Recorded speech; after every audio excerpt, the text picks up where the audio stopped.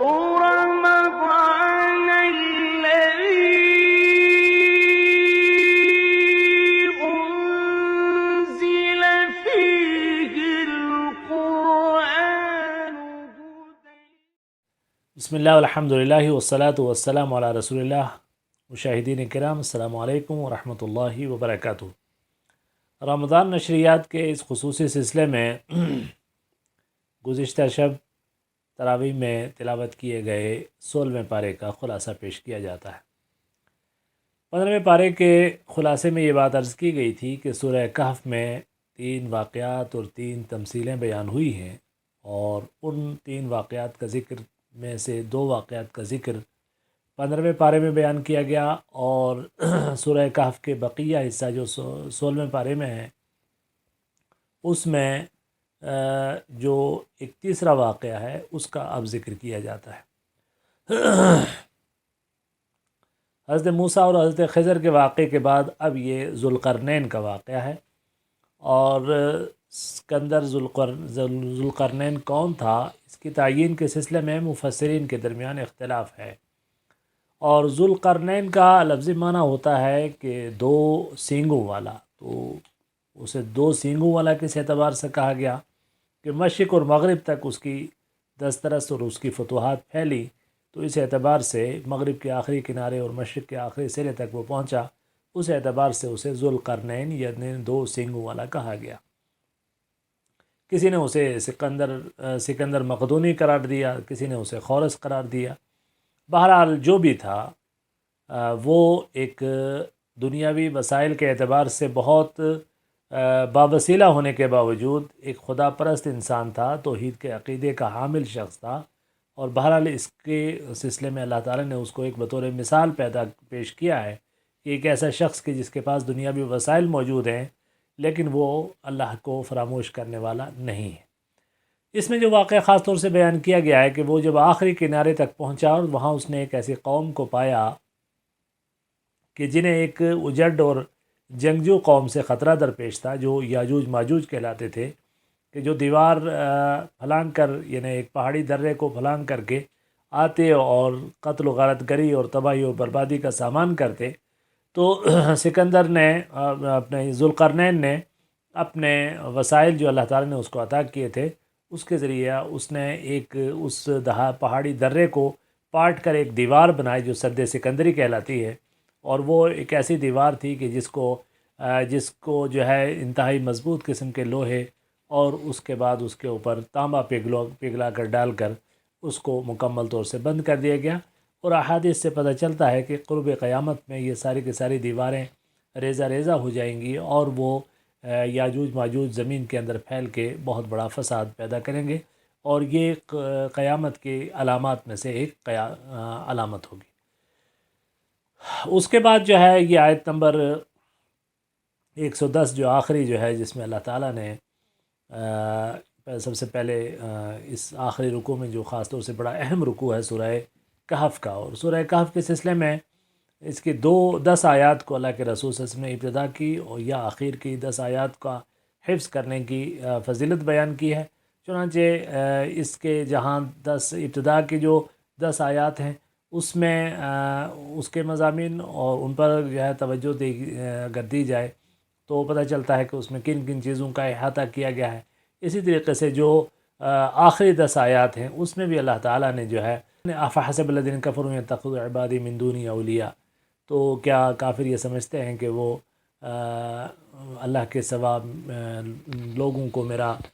جو ہے شریک ٹھہرا کے وہ کامیاب ہو سکتے ہیں. اور پھر اس کے بعد آخر میں جو چیز اللہ نے فرمائی کہ فمن کان یرجو لقاء ربہ فلیعمل عملا صالحا ولا یشرک بعبادت ربہ احدا، کہ جو کوئی اپنے رب سے ملنا چاہے تو اسے چاہیے، یعنی اللہ تعالیٰ کے ہاں اپنے اعمال کی جزا جو لینا چاہتا ہے اور یعنی کامیابی کے ساتھ اپنے رب کا سامنا کرنا چاہتا ہے، تو اسے چاہیے کہ اپنے رب کی عبادت میں کسی کو شریک نہ ٹھہرائے اور عمل صالح کرے. تو اس سے اہل علم نے